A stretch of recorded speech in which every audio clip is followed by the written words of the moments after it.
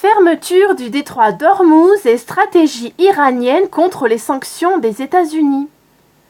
La fermeture du détroit d'Ormuz pour les pétroliers américains sera l'un des points de cette stratégie d'habile résistance économique, a déclaré à Sputnik Seyed Hossein Nagavi Hosseini, porte-parole de la Commission spéciale iranienne pour le plan d'action global conjoint, JCPOA. Je cite: l'Iran a accès au golfe Persique, au détroit d'Ormuz et à la mer d'Oman.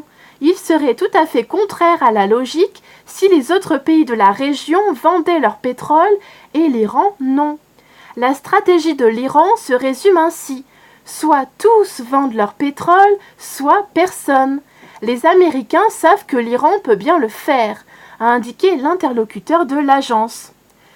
Hoshaï Rostami, directeur du département financier de la filiale iranienne de l'Institut canadien de recherche économique FINAPAS, a souligné pour sa part que la situation géostratégique de l'Iran constituait un avantage qui lui permettrait de faire face aux États-Unis.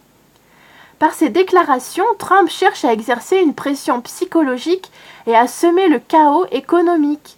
Mais on ne doit pas oublier la situation géopolitique de l'Iran, a rappelé l'économiste, et de reconnaître qu'il ne serait sans doute pas simple pour l'Iran de verrouiller techniquement le détroit d'Ormuz.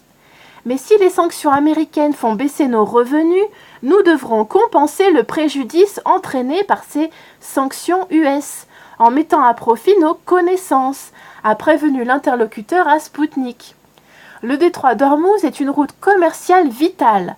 20% du pétrole brut mondial passe par la voie navigable, qui ne mesure que 29 000 marins de large à son point le plus étroit. Les relations entre l'Iran et les États-Unis, particulièrement mauvaises depuis la révolution iranienne de 1979, se sont aggravées lorsque Donald Trump avait annoncé en mai dernier que les États-Unis se retiraient de l'accord sur le nucléaire iranien de 2015. Le président américain avait qualifié cet accord de catastrophique et de déséquilibré et avait accusé l'Iran d'être le principal soutien du terrorisme, je cite. Washington avait décidé d'imposer de lourdes sanctions contre Téhéran et avait menacé les grandes entreprises qui continueraient à y travailler, les forçant à abandonner leur investissement sur place en Iran. À demain.